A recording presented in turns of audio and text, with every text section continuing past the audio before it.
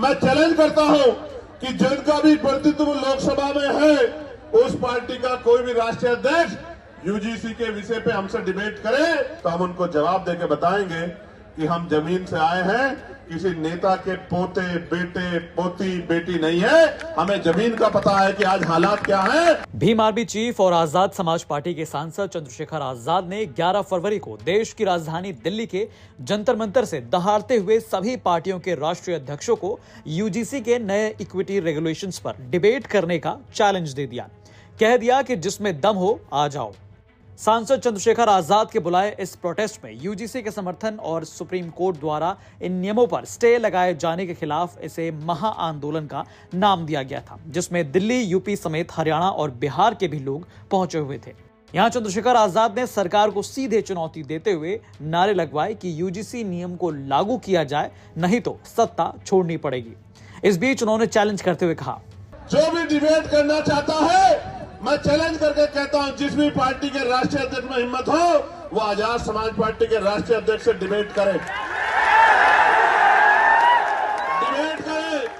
मैं सामान्य डिबेट में इसलिए नहीं जाता क्योंकि आजकल चैनलों पे डिबेट का अस्त्र खत्म हो गया है।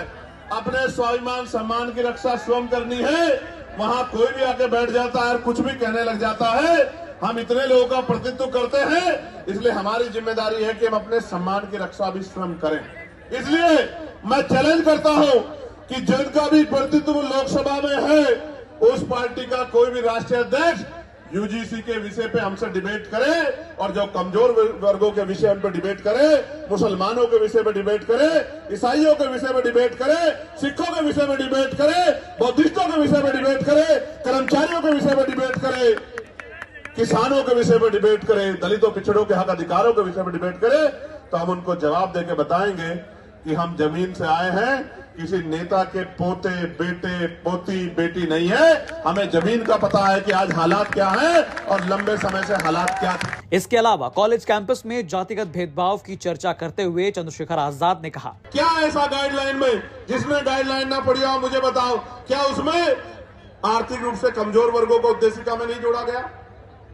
आर्थिक रूप से कमजोर वर्ग ईडब्ल्यूएस में सारे सामान्य जाति के बच्चे, तो कैसे सामान्य जाति के खिलाफ हो गया? इसमें महिलाओं को जोड़ा गया है, इसमें दिव्यांगजनों को जोड़ा गया है, कैसे किसी के खिलाफ हो गया? और कहा गया कि भाई इसमें नोटिफिकेशन में ये नहीं रखा कि सामान्य जाति के प्रतिनिधि होंगे। मैं कहता हूं 38 जब कुलपति सामान्य जाति के हैं तो आपका रिप्रेजेंटेशन कौन कौन कर देगा? जब इतना बैकलॉग है ओबीसी एससी एसटी का, तो आप हमें तो गारंटी देता हूं जो समता समिति बनेगी बनवा लो। ओबीसी के एसटी के प्रोफेसर नहीं मिलेंगे आपको, असिस्टेंट प्रोफेसर, सीनियर प्रोफेसर मिलेंगे नहीं। आप मेरा चैलेंज आप चेक करवा लो कि होता है डिस्क्रिमिनेशन, कास्ट बेस्ड डिस्क्रिमिनेशन होता है, इसीलिए तो हम कह रहे हैं। और हमने थोड़ा ही गाइडलाइन बनाई, हमारी पीढ़ा को आपने कहा सुना, सुप्रीम कोर्ट के आदेश को आपने सुन के गाइडलाइन बनाई। मैं धन्यवाद करूंगा कि उन गाइडलाइनों को हमारे पढ़े लिखे लोगों ने पढ़ा। भाई देखो, दो तरह का समाज है अभी, एक वो जो हाशिए पे गांव में रहता है लेकिन वो मेहनत मजदूरी करके उनके पिताजी भी अपने बच्चे को यूनिवर्सिटी भेजने का काम कर रहे हैं। यूनिवर्सिटी क्यों भेज रहे हैं? कि मेरी गरीबी, बेबसी, लाचारी, परेशानी, बीमारी, तकलीफों को ये मेरा बेटा पढ़ लिख के doctor, engineer, IAS, IPS, professor बन के 2 रुपए कमा के सम्मान का जीवन खुद भी जिएगा, मेरी तकलीफों को भी दूर करेगा, मेरे दलिद्र को भी काटेगा। वो बच्चा पढ़ने आता है लेकिन वो उत्पीड़न का शिकार हो जाता है। और ये मैं नहीं कह रहा हूं, ये एजेंसियों की रिपोर्ट कर रही है, इसलिए इस आधार पर गाइडलाइन बनी है। दूर दूर से आई भीड़ को यूजीसी के समर्थन में संबोधित करने के बाद सांसद चंद्रशेखर आजाद ने पत्रकारों से बात की।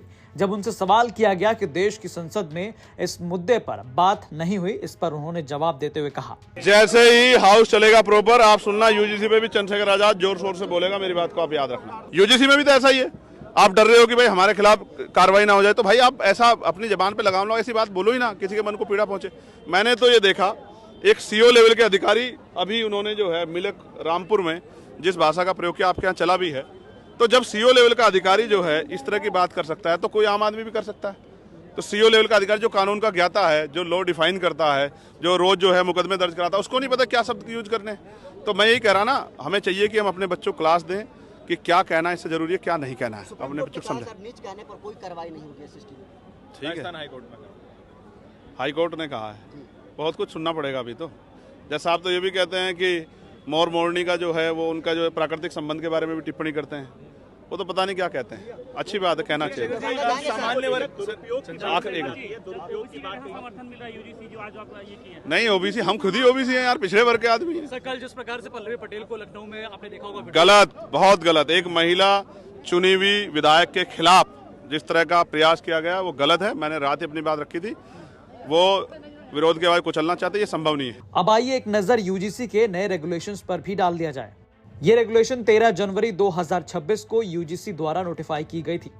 इनका मुख्य उद्देश्य उच्च शिक्षा संस्थानों में जाति आधारित भेदभाव को रोकना था, खासकर एससी, एसटी और ओबीसी छात्रों के खिलाफ। ये साल 2012 के पुराने नियमों की जगह लेते और ज्यादा सख्त प्रावधान लाते, जैसे इक्वल अपॉर्चुनिटी सेंटर्स और इक्विटी कमेटी की अनिवार्य स्थापना। लेकिन इन नियमों पर भारी विरोध हुआ, मुख्य रूप से सामान्य वर्ग के छात्रों और कुछ संगठनों से। यहां दावा किया गया कि ये केवल एससी, एसटी, ओबीसी के खिलाफ भेदभाव को परिभाषित करते हैं, जनरल कैटेगरी को सुरक्षा नहीं देते और फॉल्स कंप्लेंट्स पर कोई सजा नहीं है। हालांकि सुप्रीम कोर्ट ने 29 जनवरी 2026 को इन नियमों पर स्टे लगा दिया। कोर्ट ने इस बीच साल 2012 के पुराने नियमों को जारी रखने का आदेश दिया। अब सुप्रीम कोर्ट में इसकी अगली सुनवाई 19 मार्च 2026 को है। बहरहाल इस बीच चंद्रशेखर आजाद ने देश की राजधानी दिल्ली में महा आंदोलन कर अपना पक्ष साफ रख दिया। यूपी तक के लिए गौरव कुमार पांडे की रिपोर्ट।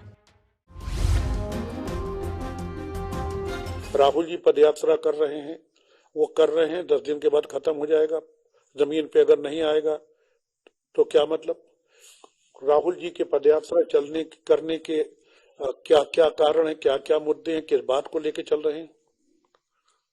भाई अकेला चना भाड़ नहीं फोड़ पाएगा। तो मुझे अधिकृत कर दें कि मैं अपने हिसाब से संगठन उसका बनाऊं और उसका चलाऊं, और 6 महीने आप देखिए, अगर सही हो तो आगे बढ़ा दीजिए। मुझे प्रांतीय अध्यक्ष बनाया गया। 13-14 जिले पड़ते हैं पश्चिम में। तो जब मैं बना तो वहां मैंने संविधान बचाओ संकल्प सभा चलाई। तो संदीप जी का फोन आया, नसीमुद्दीन जी ये मत करिए। क्यों का कोई जवाब नहीं। इसके बाद पोलिंग बूथ कमेटियां बनाना शुरू की। यहाँ बैठे हैं पश्चिम के लोग भी। शुरू की, मैंने बात की, उन्होंने कहा नसीमुद्दीन जी ऐसा मत करिए। संदीप जी जो प्रियंका गांधी की टीम के, उनके कहने का मतलब ये होता था कि प्रियंका जी कह रही हैं। तब प्रियंका जी प्रभारी थी, महासचिव थी ऑल इंडिया कांग्रेस कमेटी की, लेकिन प्रभारी उत्तर प्रदेश की थी। तो मत करिए। और भी काम जो किए गए, मेरी आदत थी कि अगर कोई मर गया है, बैठे हुए हैं नसीम भाई, तो इनके साथ भी हमारी पार्टी का हो ना हो, कोई भी अगर मैं वहां गया किसी जात का, मैं उसके घर जाता था। मैं जीवन तो नहीं दे सकता, अपने जीवन नहीं बचा सकता, दूसरे को क्या दूंगा? जब मेरी मौत आएगी मैं भी चला जाऊंगा। लेकिन सुख दुख में शामिल होना मैं अक्सर जाता था। मैं शांति से नहीं बैठना चाहता था, और वहां इस पैटर्न पे काम करने का कोई स्कोप नहीं। वहां पर जनसभा कर लीजिए, टेबल टॉक कर लीजिए, योजनाएं बना लीजिए, तो वो ठीक है। हालांकि अब पोलिंग बूथ कमेटियां बनाना शुरू की हैं।